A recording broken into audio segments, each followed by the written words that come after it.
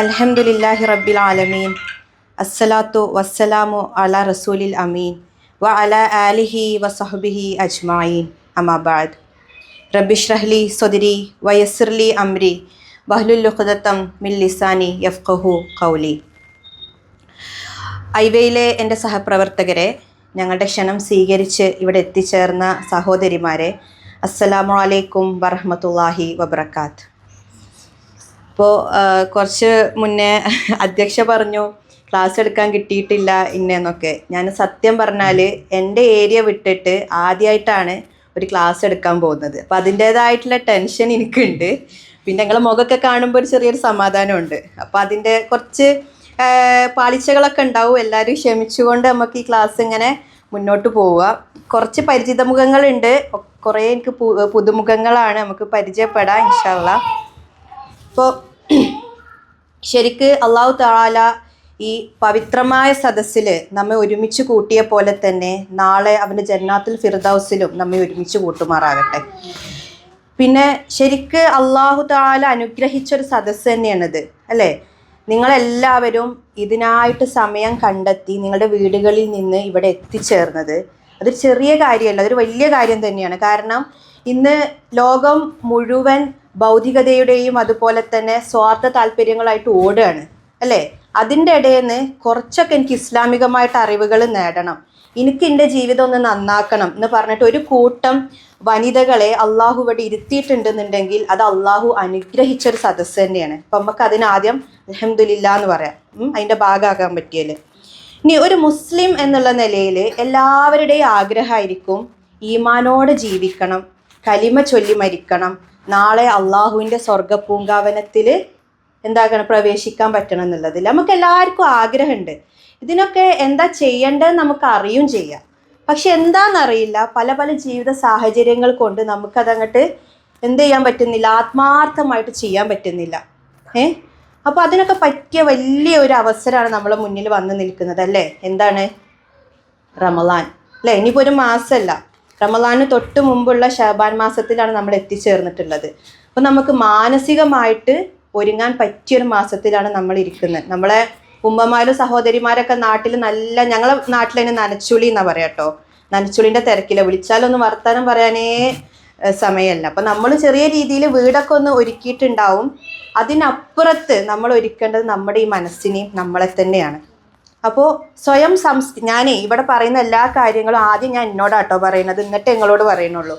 അപ്പോൾ ഇവിടെ പറയുന്ന എല്ലാ കാര്യങ്ങളും മനസ്സിൽ പകർത്താനും അതുപോലെ തന്നെ ഇനി അങ്ങോട്ടുള്ള ജീവിതത്തിൽ പകർത്തിക്കൊണ്ട് മുന്നോട്ട് പോകാൻ അള്ളാഹു തൗഫീഖ് ചെയ്യുമാറാകട്ടെ.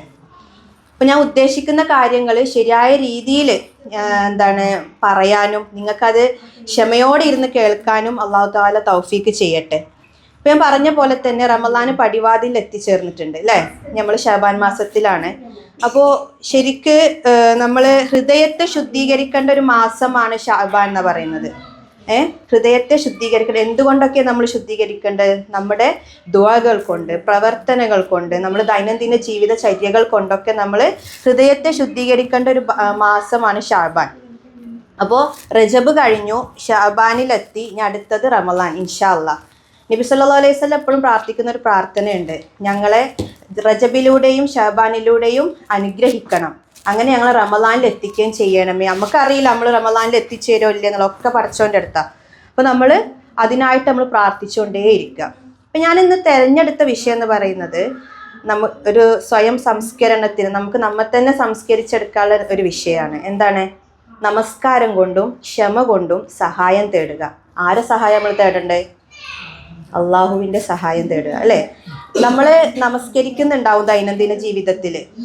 ഇനി നമസ്കാരം അള്ളാഹു പറഞ്ഞ പോലെ അല്ലെങ്കിൽ പ്രവാചകൻ നിർദ്ദേശിച്ച പോലെയാണ് നമ്മൾ നമസ്കരിക്കുന്നത് എന്നുള്ളത് നമുക്കൊന്ന് പൊടി തട്ടിയെടുക്കാം. രണ്ടാമത്തത്, കേൾക്കാൻ നല്ല സുഖമുള്ള ഒരു വേർഡാണ് ക്ഷമ എന്ന് പറയുന്നത്, അല്ലേ?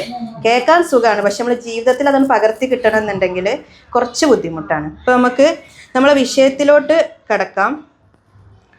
നമ്മൾ ഒരു വിശ്വാസിയോട് ഒരു കാര്യം വിശ്വസിക്കാൻ പറഞ്ഞതിന് ശേഷം പിന്നീട് പറഞ്ഞ കർമ്മപരമായ കാര്യമാണ് നമസ്കാരം, അല്ലേ?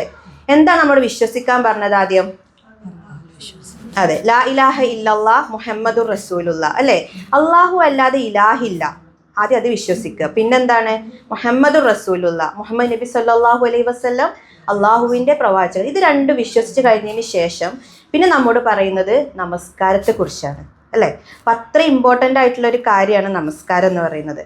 കർമ്മപരമായിട്ട് അള്ളാഹു നമ്മോട് പറഞ്ഞ കാര്യങ്ങളിൽ നമുക്ക് ഒരിക്കലും തള്ളിക്കളയാൻ പറ്റാത്തൊരു കാര്യം കൂടിയാണ് ഈ നമസ്കാരം എന്ന് പറയുന്നത്.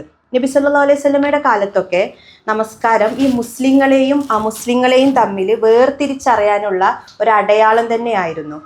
നബി സല്ലല്ലാഹു അലൈഹി വസല്ലം സഹാബത്തുകളൊന്നും ഒരിക്കലും നമസ്കരിക്കാത്തവരെ മുസ്ലിങ്ങളായിട്ട് പരിഗണിക്കുകയേ ചെയ്യില്ലായിരുന്നു.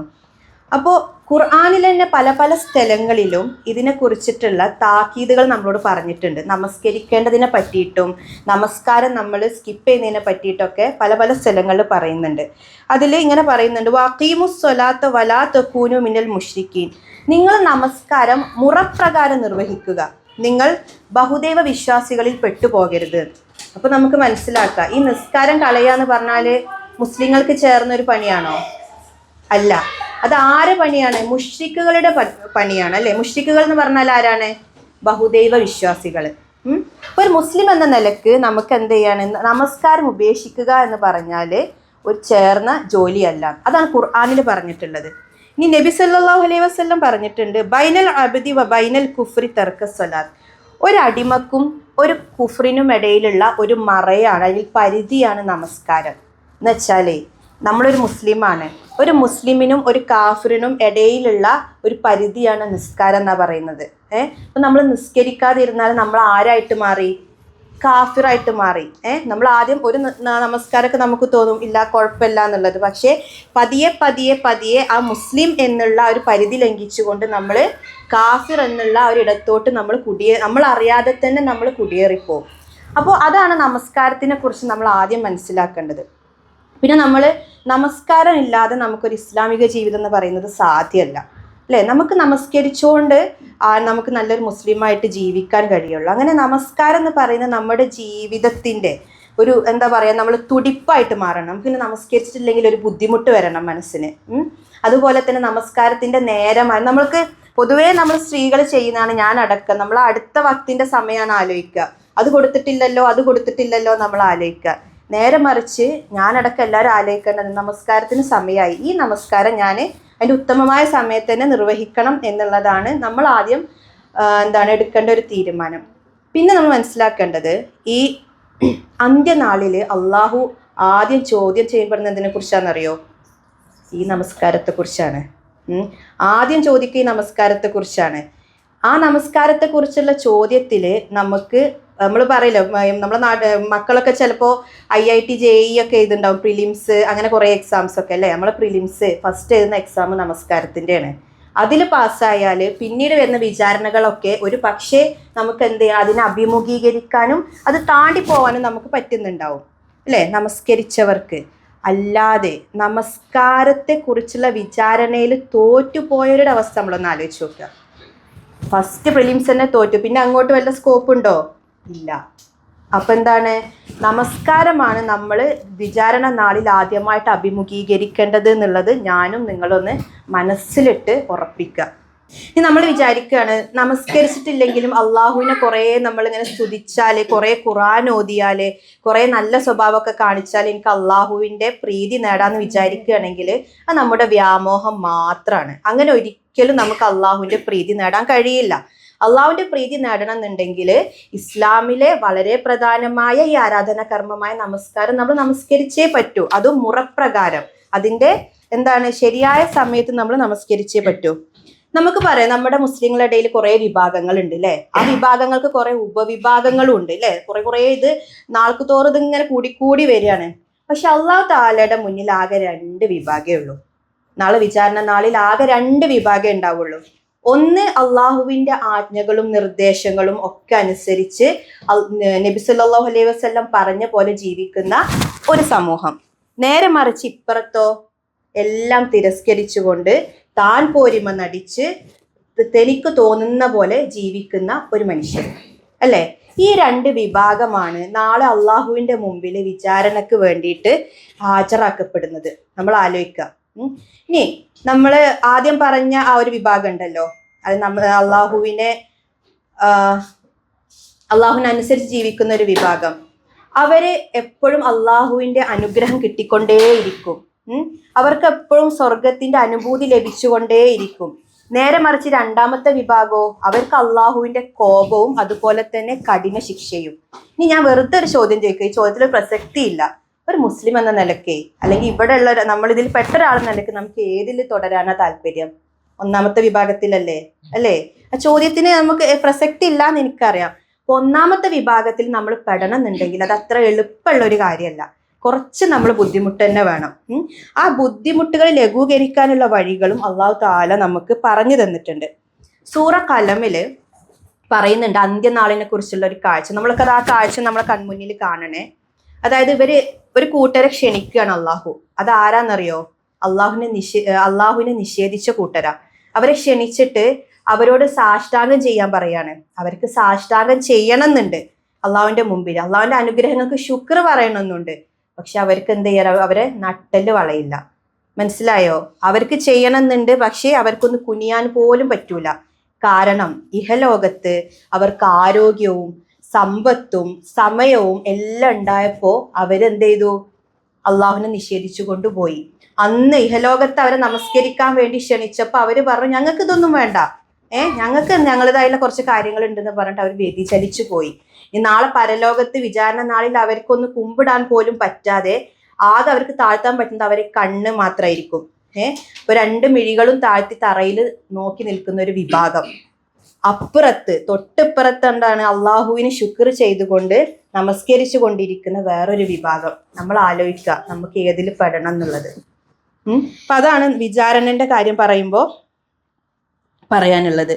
ഇനി നമ്മൾ ഒരു മുസ്ലിം എന്ന നിലക്ക് നമ്മൾ മനസ്സിലാക്കേണ്ടത് അള്ളാഹുവിനെ ഇലാഹായിട്ട് അംഗീകരിക്കുകയും, നമ്മളൊക്കെ പരലോകത്തിൽ വിശ്വസിക്കുന്നുണ്ട് അല്ലെ? പരലോക വിജയം തന്നെയാണ് വിജയം നമ്മൾ ഉറപ്പിക്കുകയും ചെയ്തിട്ടുണ്ടെന്നുണ്ടെങ്കിൽ അങ്ങനെ ഒരാൾക്ക് ഒരിക്കലും നമസ്കാരം ഉപേക്ഷിക്കാൻ കഴിയില്ല. ഞാനൊരു 3 ചോദ്യം ചോദിക്കാം. അതിന് 3നും ഒരു മുസ്ലിം എന്ന നിലയിൽ നമ്മൾ എന്താ ഉത്തരം പറയാന്നുള്ളത് നമുക്ക് നോക്കാം. ഒരു വിശ്വാസി എല്ലാം വിശ്വസിച്ചു നമ്മൾ, അതിനുശേഷം നമുക്ക് സ്ത്രീകൾക്ക് സ്ത്രീകളുടേതായ ചില ഇളവുകൾ അള്ളാഹു താല തന്നിട്ടുണ്ട് അല്ലെ? നമസ്കാരം ഉപേക്ഷിക്കാൻ. അല്ലാണ്ട് നമസ്കാരം ഉപേക്ഷിക്കാൻ എന്തെങ്കിലും പഴുത് അള്ളാഹു തന്നിട്ടുണ്ടോ? ഒരു പഴുതും തന്നിട്ടില്ല. ഒന്നാമത്തത്. ഇനി രണ്ടാമത്തത് എന്ന് വെച്ചാല് നമ്മൾ വിശ്വസിച്ചു എന്നുള്ളത് ശരി, നമ്മൾ നമസ്കരിക്കുന്നുണ്ട് എന്നുള്ളത് ശരി. ഇനി രണ്ടാമത്തത്, മനഃപൂർവ്വം നമുക്ക് നമസ്കാരം ഉപേക്ഷിക്കാനുള്ള വല്ല അധികാരം അള്ളാഹു തന്നിട്ടുണ്ടോ? അതുമില്ല. ഇനി മൂന്നാമത്തെ വിഭാഗം, അതാണ് ഇപ്പൊ കൂടുതലുള്ളത്.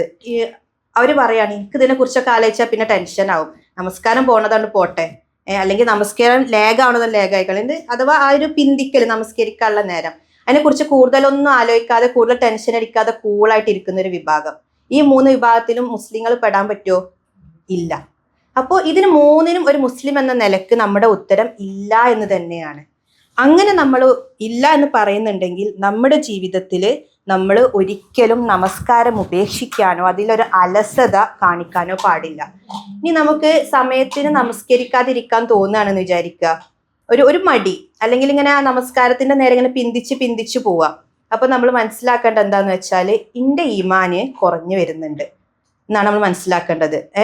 എൻ്റെ ഈമാന് കുറയുന്നുണ്ട്. അപ്പൊ അത് മനസ്സിലാക്കിക്കൊണ്ട് നമ്മൾ എന്ത് ചെയ്യുക? ആ ഈമാനിനെ പരിപോഷിപ്പിക്കാനുള്ള കാര്യങ്ങൾ ചെയ്യുക. ഇനി എന്തുകൊണ്ടാണ് നമ്മുടെ ഇസ്ലാമില് നമസ്കാരത്തിന് ഇത്രയും പ്രാധാന്യം കൊടുത്തിട്ടുള്ളതെന്ന് ചോദിച്ചാല്, ഇതര മതസ്ഥരില് ഒരു വിഭാഗം വിചാരിക്കുന്ന എന്താന്ന് വെച്ചാല് ദൈവം എന്ന് പറഞ്ഞാല് രാജാക്കന്മാരെ പോലെയാണ്, അല്ലെങ്കിൽ നവാബുമാരെ പോലെയാണ്. എന്ന് വെച്ചാൽ കുറെ മുഖസ്തുതി ഇങ്ങനെ പാടുക, അല്ലെങ്കിൽ അവർക്ക് കിട്ടിയ സാധനങ്ങൾക്ക് തിരിച്ച് കുറെ നന്ദി പറയുക. ഇതും മാത്രമല്ല, ഇതാണ് ദൈവം ഇഷ്ടപ്പെടുന്നത് എന്നാണ് ഒരു വിഭാഗം വിചാരിക്കുന്നത്. എപ്പോഴും ഇങ്ങനെ ദൈവത്തെ സ്തുതിച്ചുകൊണ്ടേയിരിക്കുക. ഈ വേറൊരു വിഭാഗം എന്ന് പറഞ്ഞാല് അവര് പറയുന്നത് എന്താണ്? ഈ ഇഹലോകം മൊത്തത്തിൽ നമുക്കുള്ള ശിക്ഷയാണ്. എപ്പോഴും നമ്മൾ ഇഹലോകത്ത് നിന്ന് എന്ത് ചെയ്യണം? ഡിറ്റാച്ച് ചെയ്ത് നിൽക്കണം, അകന്ന് നിന്നിട്ട് ഒരു സന്യാസ ജീവിതം പോലെ ദൈവത്തിൽ പ്രാപിക്കണം. ഇങ്ങനെ 2 എക്സ്ട്രീം എൻഡ് ചിന്തിക്കുന്ന മതക്കാരെ നമുക്കറിയാം. പക്ഷെ ഇസ്ലാം എന്ന് പറയുന്നത് എല്ലാ കാര്യത്തിലും മിതത്വം ഇഷ്ടപ്പെടുന്ന ഒരു മതമാണ് അല്ലെ? അപ്പോ ഇസ്ലാം ഈ കാര്യത്തിലും മിതത്വം തന്നെ പറയുന്നത്. നിങ്ങളുടെ ജീവിതത്തിൽ ഉടനീളം നിങ്ങൾ അള്ളാഹുവിനെ അനുസരിക്കണം, അതിൽ സംശയമൊന്നുമില്ല. നിങ്ങൾ ഇഹലോകത്തെ കാര്യങ്ങൾ നിങ്ങൾ മുഴുകിക്കോളൂ, അതിനും കുഴപ്പമില്ല. പക്ഷേ അള്ളാഹുവും അവന്റെ റസൂലും പറഞ്ഞ പോലെ നിങ്ങൾ എല്ലാ കാര്യങ്ങളിലും ഇടപെടുക. അതാണ് ഇസ്ലാം. മനസ്സിലായോ?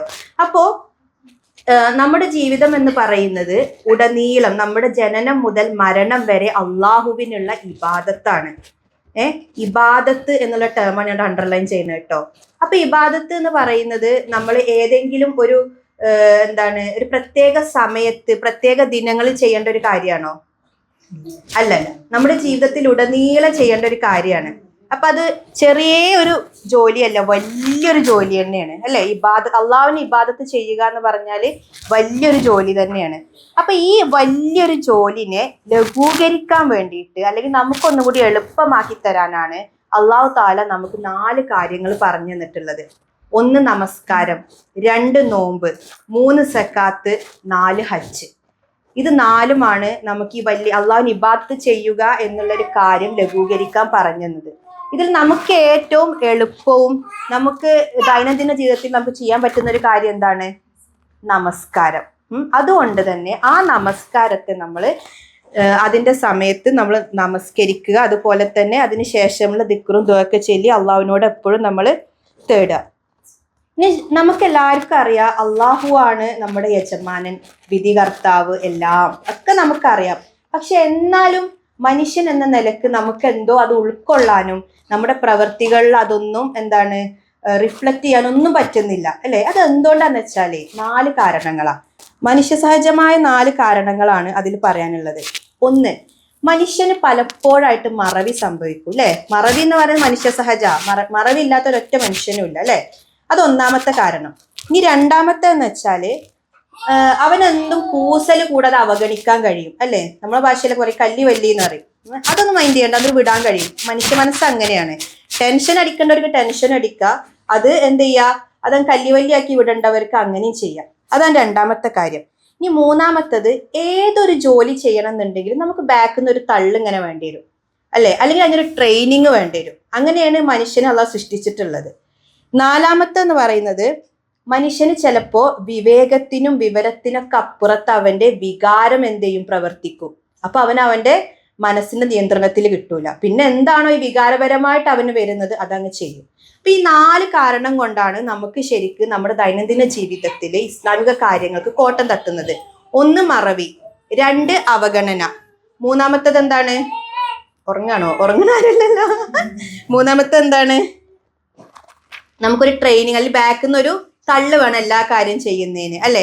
പിന്നെ 4ാമത്തെ എന്ന് പറയുന്നത് നമ്മളെ വികാരങ്ങൾക്ക് നമ്മൾ അടിമപ്പെട്ടു പോവുക. ഈ പറഞ്ഞ 4 കാരണങ്ങൾക്കുള്ള ഒരൊറ്റ പരിഹാരമാണ് നമസ്കാരം അല്ലെ? ഫസ്റ്റ് എന്ന് പറഞ്ഞത് മറവി. അതിനുള്ള പരിഹാരം പറഞ്ഞുതരാം. നമ്മള് നമസ്കരിക്കുമ്പോൾ അള്ളാഹുവിനോട് പറയുന്ന എന്താണ്? ഇന്ന സ്വലാത്തി വനുസുക്കി വമഹിയായ വമമാത്തി ലില്ലാഹി റബ്ബിൽ ആലമീൻ അല്ലെ? എന്റെ ആരാധനാ കർമ്മങ്ങളും എന്റെ ജീവിതവും എന്റെ മരണവും ഒക്കെ അള്ളാഹുവിനാണ്. അത് പറയുന്നുണ്ട്. പിന്നെ അള്ളാഹുവും റസൂലും പറഞ്ഞ മാർഗത്തിലൂടെ അല്ലാതെ ഞാൻ ജീവിക്കൂല എന്ന് പറയുന്നുണ്ട്. വിധികർത്താവായ അള്ളാഹുവിന് മാത്രമേ ഞാൻ വഴിപ്പെടുകയുള്ളൂ എന്ന് പറയുന്നുണ്ട്. ഇങ്ങനെ ഒരൊറ്റ നമസ്കാരമാണ് നമ്മൾ ദിവസം ചെയ്യുന്നത്? അല്ല. മിനിമം നമ്മളൊരു 5 വക്ത് നിസ്കരിക്കും. സുന്നത്ത് ഒക്കെ എക്സ്ക്ലൂഡ് ചെയ്തിട്ടാട്ടോ ഞാൻ പറയുന്നത്. 5 വക്ത് നമസ്കരിക്കും. ഈ 5 വക്തും ഈ നമസ്കാരത്തിൽ പറയുന്ന ഓരോ കാര്യങ്ങളുടെയും അർത്ഥം ഉൾക്കൊണ്ട് പറയുന്ന ഒരാൾക്ക് എങ്ങനെയാണ് ഇസ്ലാം എന്നുള്ള ആ ഒരു മതത്തിന്റെ മഹത്വം മറക്കാൻ പറ്റുമോ? ഇല്ല. നമ്മുടെ മനസ്സിൽ എപ്പോഴും അപ്പൊ ആരുണ്ടാവും? അള്ളാഹു ഉണ്ടാവും അല്ലെ? അപ്പൊ മനസ്സറിഞ്ഞ് നമ്മൾ നമസ്കരിക്കുകയാണെന്നുണ്ടെങ്കിൽ നമുക്കൊരിക്കലും മറവി സംഭവിക്കൂല എന്നുള്ളത് നമ്മൾ മനസ്സിലാക്കുക. ഇനി 2ാമത്തെ എന്താണ്? കൂസൽ കൂടാതെ അവഗണിക്കുക എന്നുള്ളത്. നമുക്ക് 5 വക്ത് നമ്മൾ നമസ്കരിക്കണം എന്നുണ്ടെങ്കിൽ ആദ്യം നമ്മൾ എന്ത് കേൾക്കണം? ബാങ്ക് കേൾക്കണം അല്ലെ?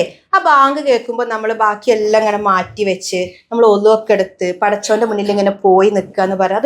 അതൊരു ഭംഗിയുള്ളൊരു ഒരുക്കാണ് അല്ലെ? എല്ലാം നമ്മൾ മറന്ന് ഇനി കുറച്ചു നേരം ഞാൻ പടച്ചോന്റെ മുന്നിൽ അല്ലെ? അങ്ങനെ പോയി നിൽക്കുമ്പോൾ നമുക്കൊരിക്കലും ബാങ്കിനെ അവഗണന എന്ന് പറയുന്നത് നമ്മുടെ ജീവിതത്തിൽ ഉണ്ടാവൂല. അപ്പോൾ ആ ഒരു റൂട്ടീനും കൂടി നമ്മൾ നമ്മുടെ ജീവിതത്തിൽ പകർത്തുക. അടുത്തെന്ന് പറയുന്നത്, ഓരോ ജോലി നിർവഹിക്കാൻ ഇപ്പൊ ഞാൻ പറഞ്ഞില്ല, നമുക്കൊരു ബാക്കിൽ നിന്നൊരു സപ്പോർട്ട് വേണം അല്ലെങ്കിൽ ട്രെയിനിങ് വേണം നമുക്ക് ഓരോ കാര്യം ചെയ്യണം എന്നുണ്ടെങ്കിൽ. നമ്മൾ കൃത്യമായിട്ട് നമസ്കരിക്കുമ്പോൾ അള്ളാഹുവിന്റെ മുമ്പിൽ ആ ഒരു ഭയഭക്തി ബഹുമാനത്തോടെ നിൽക്കുമ്പോൾ അത് താനേ നമ്മുടെ ജീവിതത്തിൽ വരും. കാരണം നമസ്കാരത്തിന്റെ നേരമായാലും നമ്മൾ അള്ളാഹുവിന്റെ മുമ്പിൽ എത്തുന്നുണ്ട് എന്നുണ്ടെങ്കിൽ നമ്മുടെ ജീവിതത്തിൽ ഉടനീളം നമ്മളിനി വർക്ക് ചെയ്യുന്നവരാവട്ടെ, ബാക്കിയല്ല നമ്മൾ ഹോം മേക്കർ ആയിക്കോട്ടെ, എന്തോ ആയിക്കോട്ടെ, നമുക്ക് ആ സമയത്തിന് ഓരോ കാര്യം കൃത്യതയോടെ ചെയ്യാൻ കഴിയും. കാരണം ആ കാര്യങ്ങളിലൊക്കെ അള്ളാഹുവിന്റെ ഒരു ബർക്കത്ത് നമുക്ക് ഉണ്ടാവും. പിന്നെ വികാരങ്ങൾക്ക് അടിമപ്പെടുന്ന പറയുന്നത് അല്ലെ, അതിനടിമപ്പെടാതിരിക്കണം എന്നുണ്ടെങ്കിൽ അള്ളാഹുവിനെ നമ്മൾ നേരാവണ്ണം നമസ്കരിച്ച് അവന്റെ ഇഷ്ടദാസന്മാരിൽ പെട്ടാൽ മതി. അപ്പൊ നമ്മളെ മനസ്സിന്റെ കൺട്രോൾ നമ്മളെടുത്ത് കിട്ടും അല്ലെ. ആ കൺട്രോൾ അള്ളാഹു മേലെന്ന് നിയന്ത്രിക്കും. ഒരിക്കലും നമ്മൾ വികാരങ്ങൾക്ക് അടിമപ്പെട്ടു പോകൂല. അപ്പൊ നമസ്കാരം എന്നുള്ള ഒരൊറ്റ കാര്യം കൊണ്ട് നമുക്ക് ഈ പറഞ്ഞ എല്ലാ മനുഷ്യന്റെ ന്യൂനതകള്, നമ്മുടെ ജീവിതത്തിൽ വരുന്ന പ്രശ്നങ്ങളൊക്കെ നമുക്ക് എന്ത് ചെയ്യാൻ പറ്റും? തരണം ചെയ്യാൻ പറ്റും. ഇങ്ങനെ നമസ്കരിക്കുന്ന ഒരാള്, ഇത്രയും തെക്കുവയോട് കൂടി നമസ്കരിക്കുന്ന ഒരാൾക്ക് തന്റെ ജീവിതത്തിൽ ഇനി എന്തൊക്കെ പ്രശ്നങ്ങൾ ഉണ്ടായാലും അതൊന്നും ഒരു പ്രശ്നമാവില്ല. മനസ്സിലായോ? പുറമെന്ന് നോക്കുന്നവർക്ക് തോന്നും എന്താണ് എപ്പോഴും ഓരോ പരീക്ഷണം എന്നൊക്കെ ഇങ്ങനെ ആൾക്കാർ പറയും. പക്ഷേ നമുക്ക് തെക്കുവ ഉണ്ടെന്നുണ്ടെങ്കിൽ, നമ്മുടെ നമസ്കാരം ശരിയാണെന്നുണ്ടെങ്കിൽ ഒരിക്കലും ഒരു ഭൂമി ഇഹലോകത്തിലൊരു പ്രശ്നവും നമ്മളെ കോട്ടം തട്ടിക്കില്ല എന്നുള്ളത് നമ്മൾ ആദ്യം മനസ്സിലാക്കുക.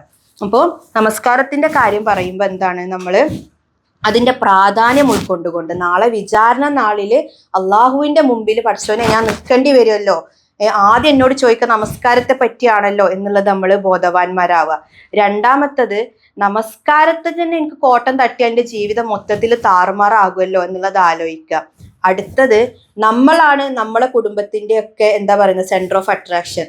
നമ്മൾ കുറച്ചൊക്കെ ശ്രദ്ധിച്ചാൽ മനസ്സിലാവും, നമ്മൾ കുട്ടികൾ നമ്മളെങ്ങനെ ഇമിറ്റേറ്റ് ചെയ്യുന്നുണ്ടാവും പല കാര്യങ്ങൾ. നമ്മൾ കിച്ചണിൽ കയറുമ്പോൾ അവരിങ്ങനെ നോക്കുന്നുണ്ടാവും. അതേപോലെ തന്നെ നമസ്കാരവും, നമ്മൾ നേരത്തിന് നമസ്കരിക്കുന്ന, നമസ്കാരത്തിന് ഇമ്പോർട്ടൻസ് കൊടുക്കുന്ന ഒരു ഉമ്മയാണ്, ഒരു സഹോദരിയാണ്, ഒരു മകളാണെന്നുണ്ടെങ്കിൽ എന്ത് ചെയ്യുക, മക്കളും ആ വഴിക്ക് വരും ഇൻഷാ അല്ലാഹ്. ഒരു പ്രാർത്ഥനയും കൂടി ഉണ്ടെന്നുണ്ടെങ്കിൽ. അപ്പൊ നമസ്കാരത്തിന്റെ ഈ ഒരു പ്രാധാന്യം മനസ്സിൽ വെച്ചുകൊണ്ട് എല്ലാവരും നമസ്കാരം അത് നിർവഹിക്കേണ്ട രീതിയിൽ നിർവഹിക്കുക എന്നുള്ളതാണ് പറയാനുള്ളത്. ആദ്യം എന്നോടും പിന്നെ നിങ്ങളോടും. ഇനി അടുത്തത് ഞാൻ പറഞ്ഞത് ക്ഷമ അല്ലെ, സഹനം അല്ലെങ്കിൽ സ്ഥിരത. കേൾക്കാൻ ഞാൻ പറഞ്ഞ പോലെ നല്ല ഭംഗിയാ ക്ഷമ എന്നൊക്കെ കേൾക്കാൻ. നമ്മൾ കുറേ മഹാന്മാര് ഈ ലോകത്ത് കുറേ വലിയ വലിയ കാര്യങ്ങൾ ചെയ്തിട്ടുണ്ട്. ഈ ചെയ്തവരൊക്കെ നല്ല ക്ഷമയും അതുപോലെ തന്നെ നല്ല സ്ഥിരത ഒക്കെ ഉള്ള ആൾക്കാരാണ്. അപ്പോൾ നമ്മൾ മനസ്സിലാക്കേണ്ടത് ദൈനംദിന ജീവിതത്തിൽ നമുക്ക് കുറേ കാര്യങ്ങൾക്ക് ഈ ക്ഷമ വേണ്ടി വരും എന്നുള്ളതാണ്. അതിലപ്പുറമാണ് ഇസ്ലാമിക കാഴ്ചപ്പാടിൽ നമ്മൾ ഈ ക്ഷമയെക്കുറിച്ച് പറയുമ്പോൾ. കാരണം നമ്മൾ ചിലപ്പോൾ ഇസ്ലാമിന്റെ പാതയിൽ അടിയുറച്ച് നിൽക്കുമ്പോൾ ഒരു പക്ഷേ നമുക്ക് നമ്മുടെ ഉള്ളിൽ നിന്ന് തന്നെ എന്ത് ചെയ്യും, ഒരു പോരാട്ടത്തെ നേരിടേണ്ടി വരും. നമ്മളിങ്ങനെ പറയല്ലോ, ഇങ്ങനെ ഇസ്ലാമിൽ കാലെടുത്തു വെച്ചു വെച്ചില്ല, അങ്ങനെയാണ് ഇപ്പൊ കുറെ പേര് ജീവിച്ചു പോകുന്നത് അല്ലെ. വെച്ചോന്ന് ചോദിച്ചാൽ വെച്ചു, പക്ഷെ ചില ചാഞ്ചല്യങ്ങൾ കൊണ്ട് നമ്മളൊന്നും ഇങ്ങോട്ട് പിന്മാറും. അതാണ് ഒന്നാമത്തെ കാര്യം എന്ന് പറയുന്നത്. അപ്പോൾ ക്ഷമ എന്ന് പറയുമ്പോൾ നമ്മുടെ ഉള്ളിൽ നിന്നോ നമ്മുടെ വീട്ടുകാരിൽ നിന്നോ നമ്മുടെ ചുറ്റുപാടുമുള്ള ആൾക്കാരിൽ നിന്നോ, ഇപ്പൊ നമുക്ക് ധൈര്യമായിട്ട് പറയാം നമ്മുടെ ഗവൺമെന്റിൽ നിന്നോ എന്തെങ്കിലും തരത്തിലുള്ള പ്രഷർ നമുക്ക് വന്നു കഴിഞ്ഞാൽ, പ്രശ്നങ്ങളെ മുസ്ലിം സമൂഹം ന്യൂനപക്ഷം എന്നുള്ള നിലക്ക് നന്നായിട്ട് പ്രശ്നങ്ങൾ അനുഭവിച്ചു കൊണ്ടിരിക്കുന്ന ഒരു കാലാണിത് അല്ലെ. അപ്പൊ നമ്മുടെ വീട്ടകങ്ങളിൽ നിന്ന് തുടങ്ങി നമ്മുടെ കേന്ദ്ര തലത്തിൽ നിന്ന് വരെ പ്രശ്നങ്ങൾ തുടങ്ങുമ്പോൾ നമുക്ക് ആദ്യം വേണ്ടത് എന്താണ്? ഈ ക്ഷമ തന്നെയാണ് അല്ലെ.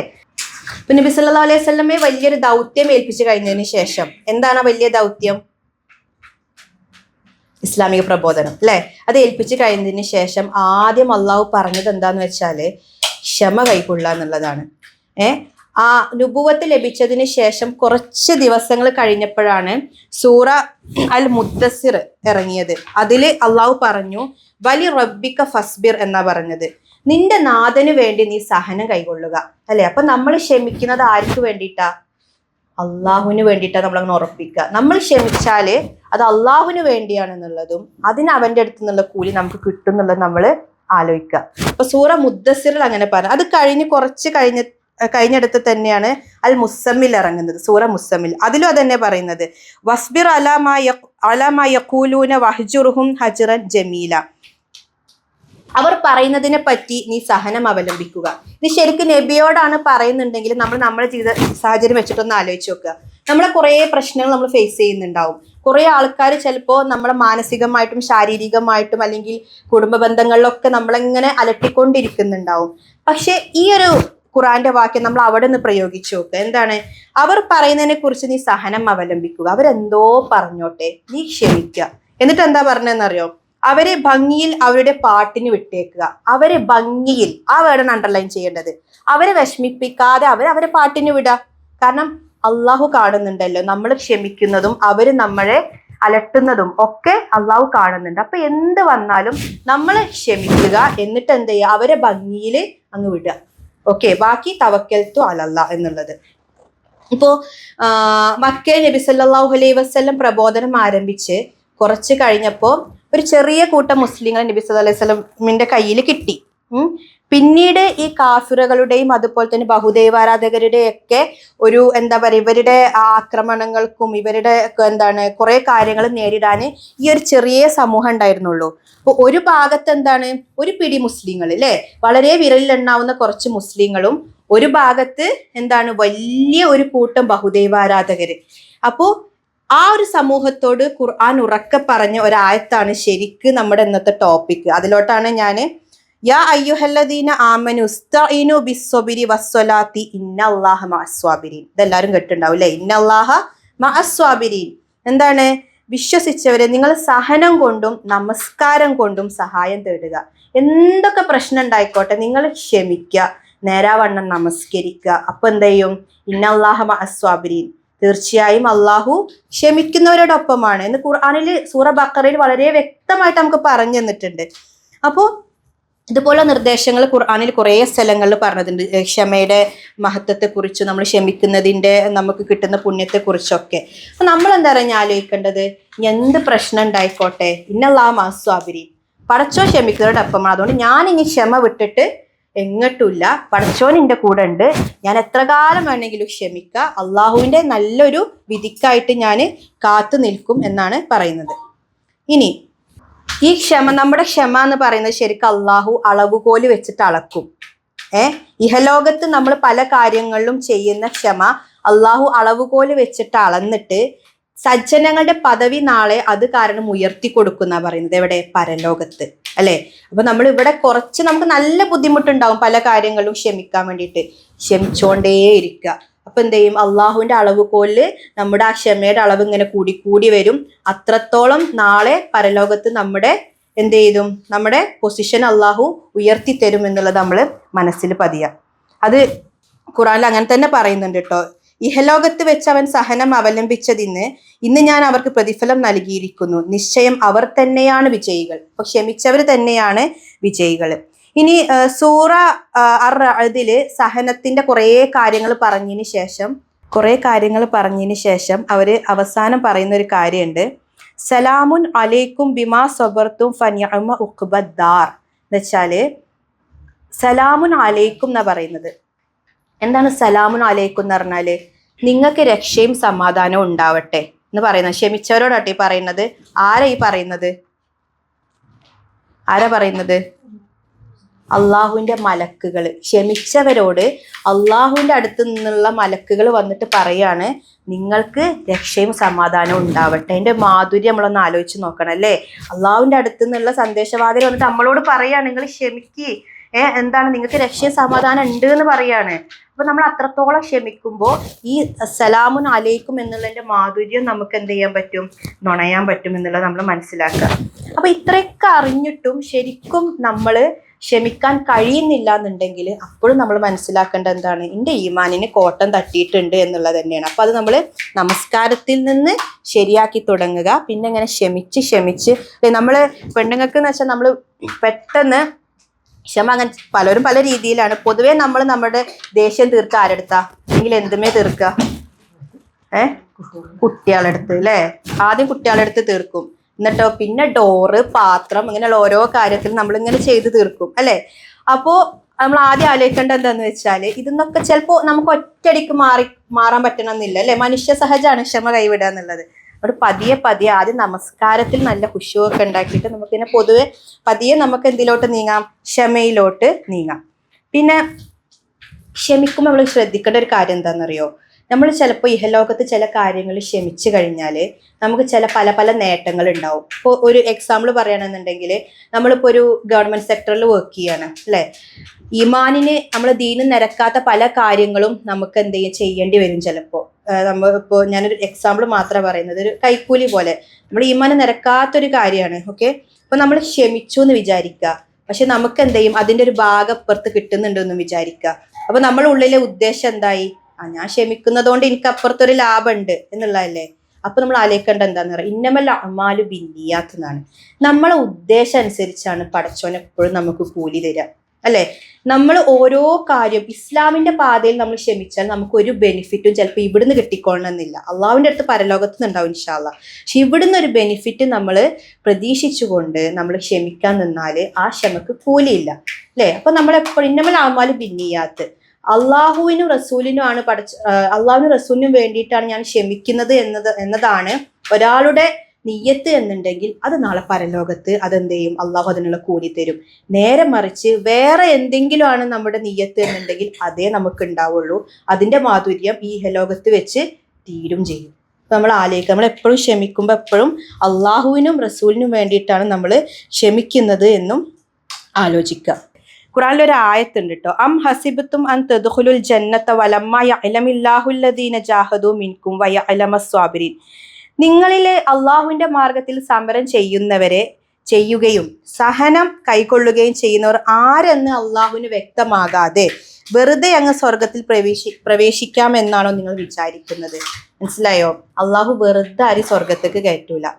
ഒന്നാമത് ചെയ്യേണ്ടതാണ് അള്ളാഹുവിന്റെ മാർഗത്തിൽ സമരം ചെയ്യണം. സമരം എന്ന് വെച്ചാൽ എന്താണ്, മനസ്സുകൊണ്ടുള്ള സമരം ഉണ്ടാവും, നാവ് കൊണ്ടുള്ള സമരം ഉണ്ടാവും, നമ്മുടെ കർമ്മങ്ങൾ കൊണ്ടുള്ള സമരം ഉണ്ടാവും അല്ലെ. നമുക്ക് പല പല ഭാഗത്തുനിന്ന് പല പല രീതിയിലുള്ള ടെംപ്റ്റേഷൻസ് വരുന്നുണ്ടാവും ഇസ്ലാമിന്റെ പാതയിൽ നിന്ന് മാറാന്, നമസ്കാരത്തിൽ നിന്ന് മാറാന്. അപ്പോൾ അതിലൊന്നും പെടാതെ അള്ളാഹുവിന്റെ മാർഗത്തിൽ സമരം ചെയ്യുക. രണ്ടാമത്തെ എന്താ പറഞ്ഞ, ക്ഷമയെ അവലംബിക്കുക. ഇതൊക്കെ പടച്ചോ മേലെ ഇരുന്ന് നോക്കുന്നുണ്ട്. അങ്ങനെ ഉള്ളവരെ മാത്രമേ സ്വർഗത്തിൽ കയറ്റൂ എന്നുള്ളതാണ് ഈ ആയത്തിൽ വ്യക്തമായിട്ട് പറഞ്ഞിട്ടുള്ളത്. അതുകൊണ്ട് ഒരു ഷോർട്ട് കട്ടും സ്വർഗത്തേക്കില്ല. നേരായ മാർഗത്തിൽ നമ്മൾ ജീവിച്ചാലേ ഉള്ളൂ, ക്ഷമ അവലംബിച്ച് ജീവിച്ചാലേ ഉള്ളൂ നമ്മൾ സ്വർഗത്തിൽ പ്രവേശിക്കുക. പിന്നെ ഈ സഹനം അഥവാ ക്ഷമ എന്ന് പറയുന്നത് ശരിക്കും സ്വർഗത്തിന്റെ താക്കോലാണെന്നാ പറയുന്നത് അല്ലെ. അപ്പൊ നമ്മൾ എത്രത്തോളം നമ്മൾ ക്ഷമിക്കുന്നു, നമുക്ക് ഈസി ആയിട്ട് ഈ താക്കോലും വെച്ചുകൊണ്ട് നാളെ അള്ളാഹുവിന്റെ ജന്നാത്തുൽ ഫിർദൗസിൽ കയറാൻ പറ്റുമെന്നുള്ളത്. അപ്പോൾ ഈ നമ്മുടെ ദൈനംദിന ജീവിതത്തിൽ നമ്മളിങ്ങനെ പല കാര്യങ്ങളൂടെയും കടന്നു പോകുമ്പോൾ ക്ഷമ എന്ന് പറയുന്നത് പല തലങ്ങളിൽ നമുക്ക് ആലോചിക്കാം. നമ്മളിങ്ങനെ ആലോചിക്കും, ഇപ്പോൾ നമ്മുടെ നാട്ടിൽ തന്നെ അപ്പുറത്തും ഇപ്പുറത്തൊക്കെ നോക്കുമ്പോൾ മൂപ്പര് വല്ലാതെ നിസ്കരിക്കണുണ്ടാവില്ല, വലിയ തെക്കുവൊന്നും മൂപ്പര് ലൈഫിൽ കാണുന്നില്ല. പക്ഷെ എന്താ അറിയില്ല, പടച്ചോൻ അങ്ങനെ കുറെ അനുഗ്രഹം കൊടുക്കുന്നുണ്ട്, കുറെ സാമ്പത്തികമായിട്ട് കുറെ അനുഗ്രഹം കൊടുക്കുന്നുണ്ട്, എപ്പോഴും അവര് ഹാപ്പിയാണ്. എന്നിട്ട് ഇത്രയും തെക്കുവെള്ള ഇന്നെന്താ പടച്ചോൻ ഇങ്ങനെ പരീക്ഷിക്കണത് എന്നുള്ളത് നമ്മൾ ചില മനസ്സിന്റെ ചാഞ്ചല്യം കൊണ്ട് നമ്മൾ ആലോചിച്ചു പോകും. നമ്മളപ്പോൾ മനസ്സിലാക്കേണ്ട എന്താണെന്നറിയോ, അള്ളാഹു ഓരോരുത്തർക്കും എല്ലാം കൊടുക്കുന്നതൊക്കെ പരീക്ഷിക്കാൻ വേണ്ടിയിട്ടാണ് എന്നുള്ളതാണ്. ഓക്കെ, നമുക്ക് തരുന്നതും തരാതിരിക്കുന്നതും ശരിക്ക് അള്ളാഹുവിന്റെ പരീക്ഷണാണ്.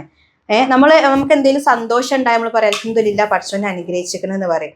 ഇനി എന്തെങ്കിലും ഒരു ട്രാജഡി ഉണ്ടായാലോ നമ്മൾ ചെറുതായിട്ടെങ്കിലും പറയും എന്താ പടച്ചോനെ ഇങ്ങനെ, അല്ലെങ്കിൽ എന്തിനാ എന്നെയാണ് പരീക്ഷിക്കണം, അങ്ങനെ പറയാൻ പാടില്ല എന്നാ പറയുന്നത്.